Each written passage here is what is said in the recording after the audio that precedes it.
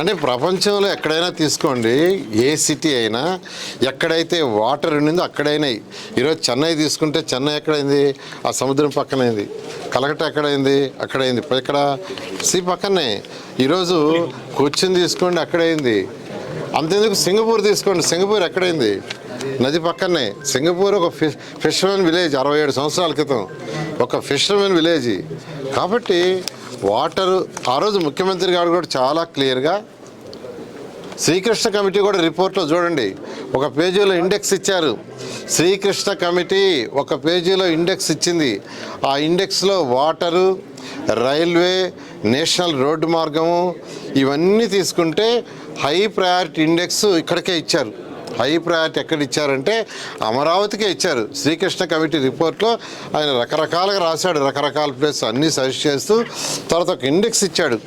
ఎక్కడ విజయవాడ, గుంటూరా, లేకుంటే ప్రకాశమా, లేకుంటే ఈస్ట్ గోదావరి, వెస్ట్ గోదావరి, ఆ ఇండెక్స్లో చాలా క్లియర్గా ఇచ్చిన పాయింట్లో మెజారిటీ పాయింట్స్ ఇక్కడే ఇచ్చారు.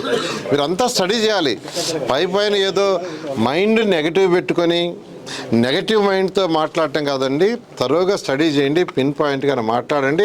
ఏదైనా ఉంటే ఖచ్చితంగా మేము స్వీకరిస్తాం, దాన్ని చేస్తాం. అంతేగాని ఏదంటే అది మాట్లాడి ప్రజలను మాత్రం అడ్డదారులు పట్టించారు. ఖచ్చితంగానండి. ఏదైతే ఈరోజు smart industries, smart international sports city, అదేవిధంగా ఇంటర్నేషనల్ ఎయిర్పోర్ట్ ఏదైతే ముందుకు పోతుందో దాన్ని ఏ విధంగా ఆపాలని ఈ మధ్య రకరకాలుగా ప్రయత్నాలు చేశారు. అయితే ఆ ప్రయత్నాలన్నీ విఫలమైన వీళ్ళు ముందుకు వెళ్ళిపోతున్న ఉద్దేశంతో ఈ మాట ఎందుకంటే నిన్నే స్టార్ట్ చేసాం. ఇవాళ స్టేట్మెంట్ అంటే ఇంకంతకంటే ఏం కావాలి చెప్పండి. ఏదేమైనా ప్రజలన్నీ గమనిస్తున్నారు, వాళ్ళకి చెప్తారు చాలండి.